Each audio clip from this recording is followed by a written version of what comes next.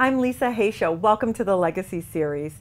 Today, my guest is Kenneth Rippetoe, and he has a foundation, One with the Water, which I'm a big fan of, and it teaches children how to swim, and my daughter has been studying with him for a couple of years and loves him so much that she said if she could be anyone in the world, it would be Kenneth. How about that? And also, he is an entrepreneur. He has several companies, and he's always out doing good. And I have a company, a soulblazing company, and he is the first certified soul blazer in my company, which means a life coach that specializes in the imposter model. So welcome, Kenneth. Thank you. Hi. Hi, thanks for having me. I'm very excited about this. Yes, I'm so excited to have you here because you are such a role model to so many. I know hundreds of children have benefited from your work, and especially that you work with children with autism. That is huge, and somehow you could relate to kids almost as a kid whisperer. So I want to talk a little bit about that because kids are our future, and how you started your foundation, and then move on into other things you're up to. Yeah, I've been teaching now with One with the Water for over 3 years, and we just had our 3rd-year anniversary, and we've been teaching actually thousands of kids a year already. So it's really expanded rapidly, and we're trying to franchise it throughout the nation to get more kids involved. So that's wonderful. So how did you start? For someone who wants to start a foundation, what do they do? Well, the logistics of it, you have to get a tax ID number for nonprofit status, file the corporation. Within days, I dreamt it, the logo, the colors, everything. The next morning I got up, I wrote it all out and drew the logo, and I had the website address, the EIN number, within a week, and the website was up, and 2 coaches within 2 weeks, and a handful of clients, and it just took off from there. So to me, it was passion and purpose combined, and just explosion, big bang. Okay, so what made you passionate about that? So I've been swimming competitively since I was 13 years old. My parents put me into swim lessons when I was 3 or 4 years old. And believe it or not, I hated it. I despised going. I remember distinctively hitting my head on the wall doing backstroke, and just that exact moment and the pain through my body. I just couldn't stand going to swimming lessons. I don't know what it was. I just really hated it and despised it. And then my senior year in high school, I was being recruited by college coaches for swimming. And I was like, no way, I'm not going to continue this, because my parents basically forced me to go the entire, high school and junior high. And they were like, no, go and check it out. They're offering scholarships. This could pay for your school and education. So I went, and on a college recruiting trip for athletics, the sky's the limit. So yes. The colleges treated us like royalty, and I was like, okay, I can do this. All the food I could eat, who doesn't want that as a teenage boy? So I decided I would do it, and then I started falling in love with it in college. It was, I don't know, it was a lot different. We trained a lot more, but everything was focused on, the team atmosphere and that kind of thing. So it was, something clicked, and now I can't get out of the water. I still compete, for over 30 years. I've been teaching instruction for over 30 years now. And I was too young to teach when I first got my teaching certificate, and they thought I was too small to be a lifeguard. And so now I just want to give back to the kids that may not like it, because I know what that feels like. And so I try to help them to like it more, to enjoy it, and get through that process so they can get to where it's fun for them. Mm-hmm. So like the passion that I have now, and help them get through that experience, that I had when I was a kid. So can you share with us one of the setbacks you had when you're trying to create this foundation or on your way up? Because you said you swim competitively. Mm-hmm. So how did you get to that point, and were you always good once you decided you liked it, or was it something you really had to train yourself? No, I would say I'm more of, you have those who are gifted. You know, I would say Michael Phelps is gifted, even though he works really, really hard. But then there's others that you have to train, you know, really hard to. Is that you? Yeah, that's okay. I had the hard road. I was 15th in the nation in '93 at nationals, so I did pretty well. I just don't have the body size that most of these Olympic swimmers have. They're usually over 6 foot tall and, you know, 170 pounds or something, and just are bigger. And so I don't really have that structure, and I'm too lazy to swim distance, which would probably be more like my style, but for my body. But I like the short races, the sprint races, and what we call the short axis strokes, which is breaststroke and butterfly. So it's you don't have to be as tall to do that. And I was pretty good in 50 breaststroke. I could go 26 seconds, which isn't far off Michael Phelps. So wow. Even now, I'm within a couple of seconds of him for 50 meters. So that's pretty yeah, good. Congratulations. Absolutely. It's kind of fun. But I mean, granted, he's splitting that. But yeah, so yeah, something happened. I got better, but now it's more of a serenity for me as well. I'm in the water. It blocks out all the sound. I can't hear anything, and you know, the stimulation that's going on in the world, which is a lot of these kids have that same issue that I work with. Kids with autism, they have sensory integration issues, and when you get them in the water, it blocks all that out. It puts pressure on their bodies, which helps them to feel grounded. And that's when I can really start to work with them and get them swimming and get them to enjoy, you know, being in the water. And it's good physical therapy for them. I also teach them math. I'm a mechanical engineering major as well for undergrad. And so I've got 4-year-olds that I'm teaching multiplication table to, multiplication tables, and I have 9-year-olds that I'm teaching how to do prime numbers and calculus. And so how did you know you had this gift with kids? Because I see how kids react around you. Yeah. And well, yeah, Ava just is in Ava's love with you. Yeah. Just, you know, and all her friends. When's Kenneth coming back? When's Kenneth coming back? You know, I just get into their world and just have fun.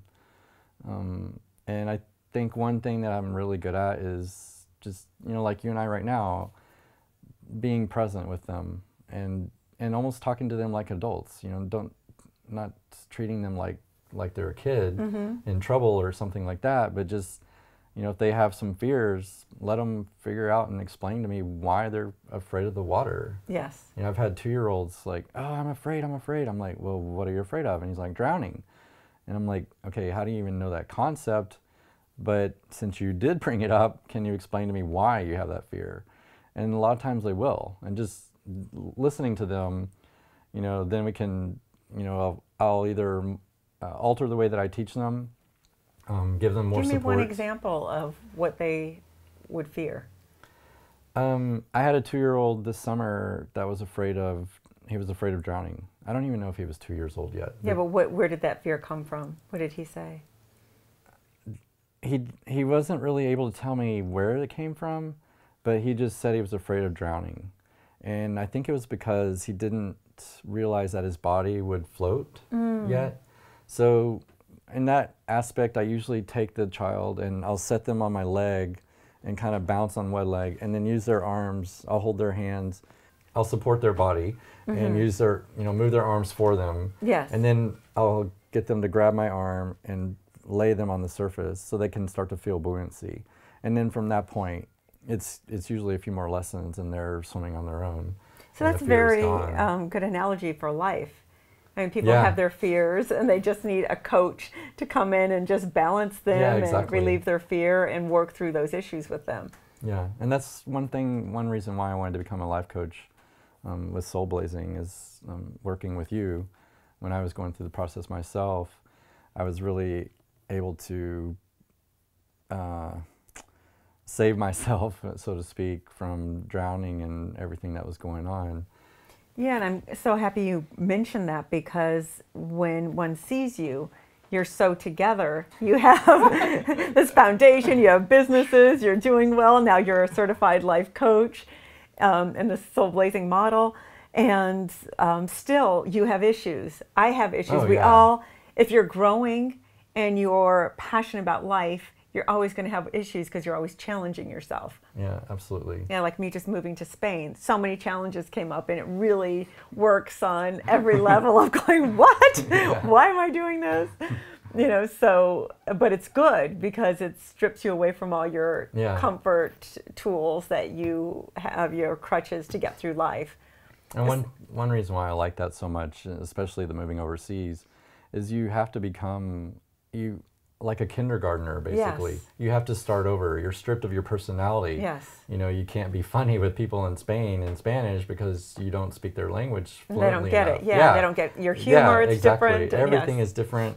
You're starting from, you know, like you're a little baby, pretty much. And just getting over that point, realizing it first of all, like, whoa, okay, then you have to observe and learn what it's like to grow up again, and that is how you can accept more change, I think. So. Oh, absolutely. And when you don't have your crutches, when I was there, it was like the first week I thought, oh, I have Netflix, I've got Pandora, I've got TV. I had none of that. Netflix doesn't work over there. Pandora didn't. My television has 3 Spanish stations. You have no friends. You can't just call people. Yeah. And you're right. You can't just talk and hang out and go, oh my God, because they're like, what? You know, nobody knows you. And so a lot of challenges, just how to get to the bus stop, how to figure out navigating Ava's school. So you've done that several times. Yes, I have. Yeah. I lived in Bolivia for 1.5 years and Spain for a year, Venezuela for a couple months. But when I moved to Bolivia, it was similar to your situation, I think, if you didn't know much Spanish at all. I quit my job and bought a plane ticket, moved to Bolivia. I arrived during some conflict times with IMF and the World Bank, which is another story. But there was a strike, so I couldn't even get from the airport to my host family's home. And luckily, one of the persons on the plane was a doctor, and she knew some English as well. And that's one thing I found, actually. If you ask a child for help, they'll usually speak English. Really? Yeah, because they're brought up now with multiple languages. Yeah. And whereas the older people, you know, they don't know English at all sometimes. So.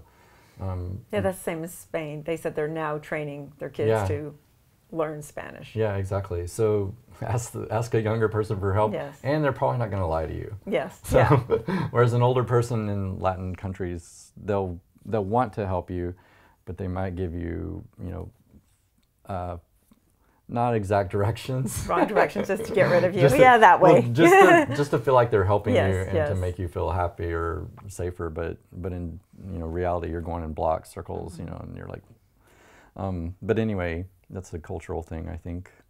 But which is another thing you have to deal with too, cultural differences when you're living overseas. But one thing you did mention is living with passion. Yes. And to me, that's what I've always tried to do. You know, be present, be passionate about what you're doing. Otherwise, don't even do it. Yes. What's the use of it? You know, I've had one guy I worked with at in a past job, former life as a mechanical engineer, and he was an Apache shaman. He's like, Kenneth, unless it's life and death, don't do it.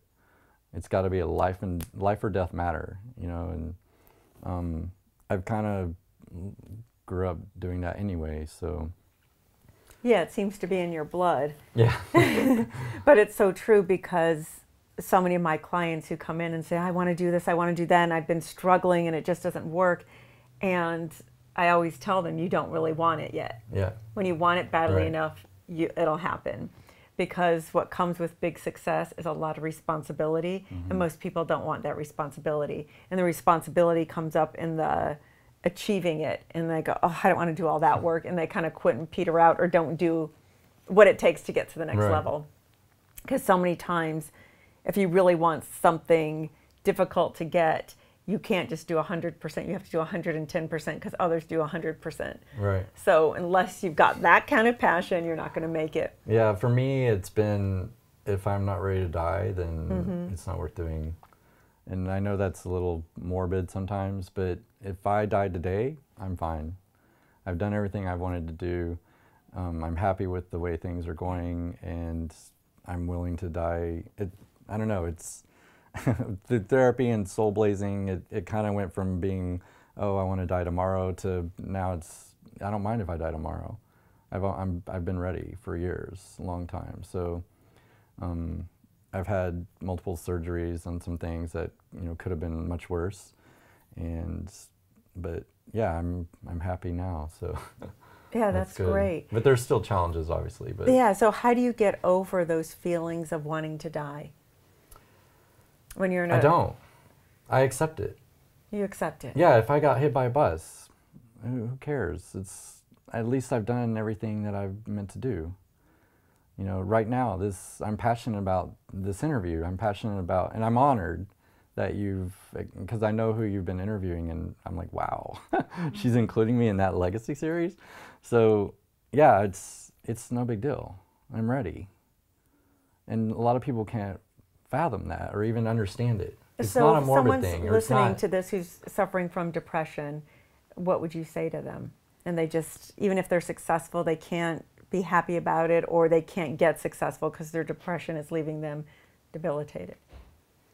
I think depression's a little bit different from what I'm talking about. I know depression is really hard. I've had it myself a few times. I've never been to the point of suicidal, but So you're saying you're ready to die, but you haven't been I'm not suicidal, but I'm not okay. suicidal. I'm not depressed. If it were to happen, I'm ready and accept that. I'm okay with it. Maybe, I don't know, maybe you could tell a person who's really depressed. To me, I think the best advice for someone who's depressed is give them something to do for tomorrow.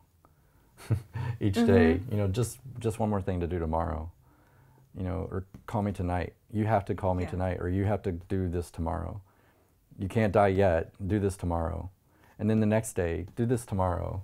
Yeah, just set them up with just one more thing to do. Yeah, so they could see something at the end of the tunnel instead of I work every day and I'm still in the same situation, like Groundhog Day every day. Yeah. So give them something to set them up for success, because obviously what they're doing is not working. Right. So try a different way. Yeah, try a different way. And plus, if you're giving them something to do, a lot of times they're going to accept that responsibility. It's unless it's really bad, then obviously, psychiatric help or an MD would be better advice. But typically, if you can give them something to do, then they want to feel. I think all humans want to feel like we have a purpose. And if they're doing something else, then they're not focused on themselves, and especially if they're doing something else for someone else. Yes. And that's a really good way at the moment to be present or come back into their present self, or to me, their authentic soul. Yes. And I believe that's probably what your foundation does for you. You have your businesses, but your foundation is really giving back. Yes, and you see that you're helping thousands of children. And it's so much fun. And probably helping parents with their children, kind of a parenting coach in there, especially since you are a coach now, and helping them work with their kids, because maybe they've had challenges. I actually had I had a family that came down from Fresno with their child. She's paraplegic. She wasn't born that way, but she ended up in a wheelchair after a few years. And they came down for one weekend, 5 lessons in 3 days, which is extensive, just because of the amount of work that it takes to physically and mentally to learn to swim. Typically, I spread lessons out over a 2 or 3 day period before each lesson. So like, one lesson, then skip 3 or 4 days just to recover and to comprehend everything that they've learned. So they wanted to cram it into a weekend. About halfway through the weekend, the little girl was floating on her back, perfect body density for floating. She was born to swim, basically. Just everything about her was born to swim. I had her floating on her back, and she was screaming, I don't want to, I don't want to. And then all of a sudden she goes, I hate myself. And I was like, whoa. Okay, this girl had just turned 10 a few days ago. And to me, thank God that I had soulblazing, under my belt soulblazing certification under my belt. I just picked her up, gave her a hug. I was like, okay, let's stop. We're going to work on this right now. Tell me why it is you hate yourself. she said that she's starting to realize that girls her age can do a lot more than she can. And, you know, walking, jogging, running, playing soccer, and all that jazz. So I told her swimming is the only thing for the rest of her life that she's going to be able to do on her own. You know, once she's in the water, she doesn't need her parents' help. She won't need anybody else's help. She can get in and out on her own. You know, she might need help getting there, but once she's in there, it's hers. She owns it. And just to help her to understand that and realize that, you know, that to me, that's the passion that I'm doing this for. Yeah. That's the reason. And so after the weekend, she was starting to swim on her back without assistance. And within 30 days, I got a video from her dad. She's swimming freestyle and butterfly across the pool on her own. She got a medal for swimming 300 yards straight on her own.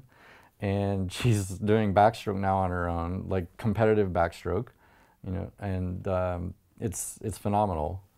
Just, and this is someone who hated themselves yeah, and hated to be in the water. Hated wow. it. And I gave her... So you knew exactly what to say to her. I gave her some soul-blazing exercises, which I won't reveal right now.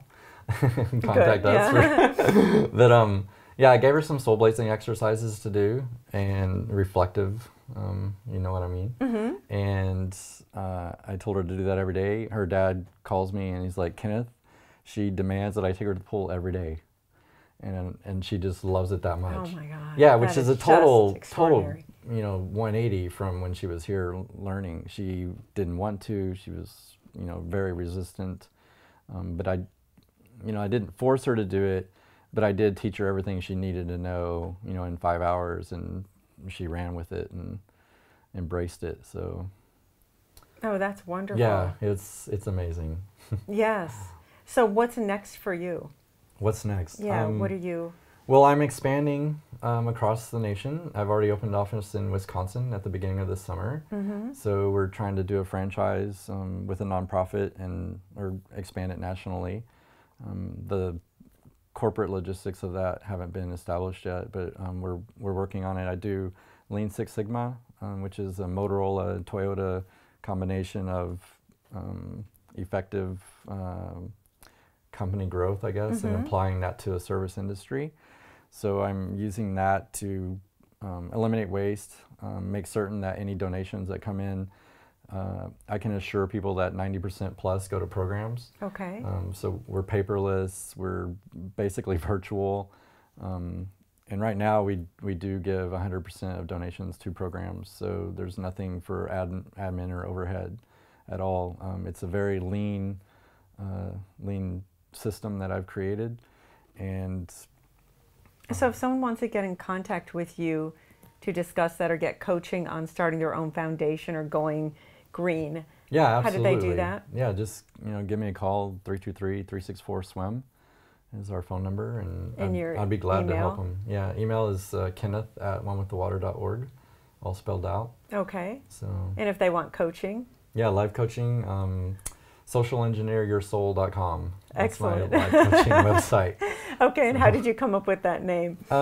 Okay, so I'm a mechanical engineer. Yes. And I'm also, I feel like the life coaching aspect that I have in my background in life coaching through my corporate jobs that I've now kind of brought into soulblazing or brought soulblazing in to encompass all of it, just because of the results that are achieved in soulblazing. I kind of put all the other stuff back on the, mm-hmm. We get to it eventually, but to me, soulblazing is the core to get someone to improve their life, mm-hmm. To find out where they want to go and all that, to focus in on improving their life and changing and that kind of thing. So I felt like social engineer your soul was a good way to social engineer our own bodies and to create humans that are doing good for the world and doing good for themselves, being good to themselves, and therefore being able to give to others. Mm-hmm. Nurture yourself first in order to nurture someone else, to have the energy to do it. And so I just thought, social engineer your soul. Yeah, I love that. I love that. So what obstacle did you come across, or obstacles that got in your way of really managing so many different companies, foundations, your own coaching company, as well as your businesses. Yeah, it's a I lot. actually have a soul. I have And relationships and family dynamics, friends. And I have a stage company as well. Yes. In Arkansas, and we rent portable stage out for concerts and events and commencement exercises. So how do you oversee all of this, and just to help people how they could navigate? I got rid of my full-time job. Okay, that helps. That helped a lot. I mean, do you have a team of people working with you? Oh, absolutely. I have 13 people working for me on the foundation. I have a team of probably 5 or 6 in Arkansas. My business partner in Arkansas does most of the management. I'm the majority owner of it, but he does all the managing of it. So I just kind of handle the finances. I have an MBA with a finance specialty, so I try to, and I like numbers too, which I think one reason why I get along so well with a lot of the kids that I teach with autism. They're really into numbers and visualizing numbers and that kind of thing. So I try to deal with the spreadsheets and the numbers part of it, the marketing and finance and taxes. But actually, one really good piece of advice that I've had in the past was, if you're not a CPA, then don't do the accounting. Yes. So I hire out. Okay. For everything that I'm not good at, or would take me too long to deal with. So that way, I'm focusing on my strengths, and people are like, oh, well, work on your weaknesses. And I don't believe in that at all. Yeah, I agree with you. Find somebody else to do your Find the best part. person for the job. Exactly. And you show up and do the best that you're at, like as a teacher and as the coach. And so what's the best advice you've received in your life? Well, 2 things. When I was going through college as an engineer, I would take summer school near my parents' house, so I would live at home. And my dad would always pack my lunch with a ham and cheese sandwich, ham and Swiss, and some potato chips. And then he would take a white napkin and write in red marker like some little saying or something. And one day I got one that said, anything is possible. And I don't know, that just really clicked for me. And he's always kind of brought me up to believe that I could do anything. And so to me, that was one thing that stuck with me my entire life, that anything is possible and I can do anything. So I try to go for it when there's something I want to do.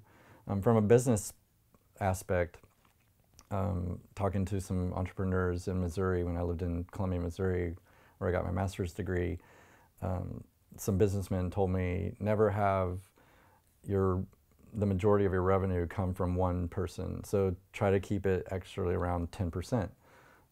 And being in that area of the country, a lot of large corporations try to, people want to get in with the large corporations, but at the same time, it can be detrimental to them if their revenues, that their entire revenue, if more than 10% comes from that corporation, then, if that corporation drops them, then you're gone, you're out of business. So I try to maintain that same principle, I guess. Okay. Yeah. Yeah, that's wonderful. It's been successful for us so far. I love the idea that your dad wrote notes and put it in your lunch. Yeah, it was great. That's a great idea. I think I will start doing that with Ava. It was very inspiring to me. Yeah, it's just like Post-it notes or something. I put those on her pillow or put those around, but to put them in her lunch so she gets a little note in the middle of school. Yeah, like he would write, don't sweat the small stuff. Yes. And, anything's possible. And that goes a long really way fun. because when you know someone still really cares about you and they're taking the time to do something like that, I think it triggers something inside. Yeah. That's the same thing that we're talking about life coaching. If just one person cares about you, if you feel one person cares about you, like the story you shared with us with the paraplegic girl, she felt you cared about her. Yes. You took the time to listen to her, ask her, hold her, give her soul-blazing tips, and rid her of her fear so now she could soar.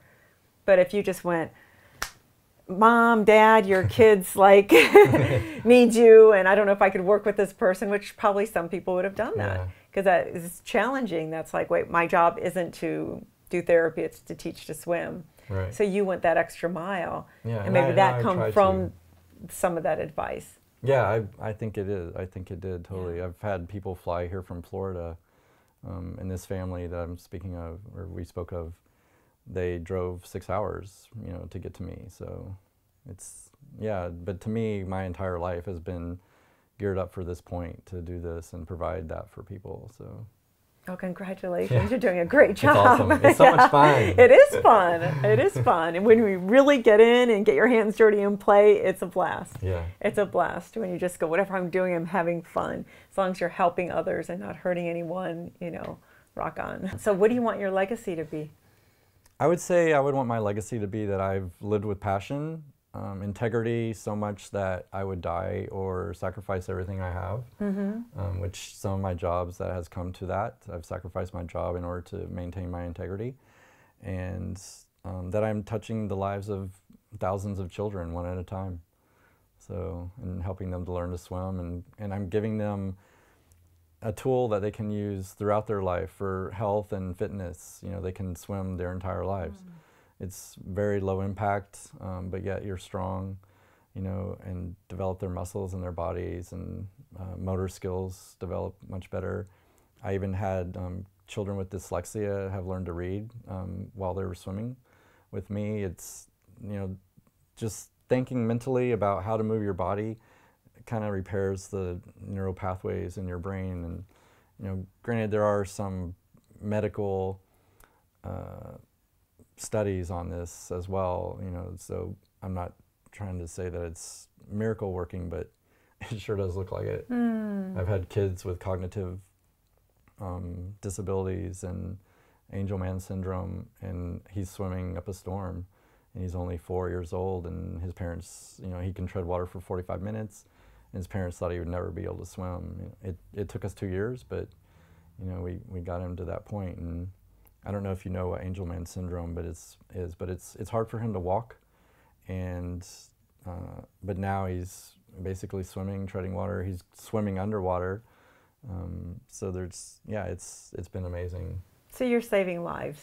Yes. Really, yeah. I'm a lifeguard too, by the way, part-time. And inspiring lives, yeah. I'm a part-time lifeguard in Santa Monica. Yes. And, I've always been, I don't know, since I was 16, so hopefully that's what people are getting when they meet me. Because a lot of people feel if you're a jack of all trades, you can't do anything well. You can't run businesses, be a lifeguard, be a life coach, have a foundation, and still do everything well. But you are an exception to that because you know how to hire out and let the best people take over the parts of it that you don't know. So yeah, delegate and verify. Yes. And you're just present in what you're doing in the moment. Yeah. And time management, I'm sure. Oh yeah, absolutely. Yeah. I mean, one thing too in my life, I haven't used an alarm clock since I was in my freshman year in college. I just got rid of it. So when I wake up, you know, in the morning. That's what I do too. Yeah, you wake up with a purpose. Yes. You have something to do. And you want to wake up. You want to wake up. You want to get out of bed. You got to get everything done, and you're excited about it because there are things that you enjoy doing. Exactly. Yeah. Yeah. So to me, that's important too. Yes. Well, thank you so much. Yeah, you're welcome. This is wonderful. Thank you. Kenneth Rippetoe.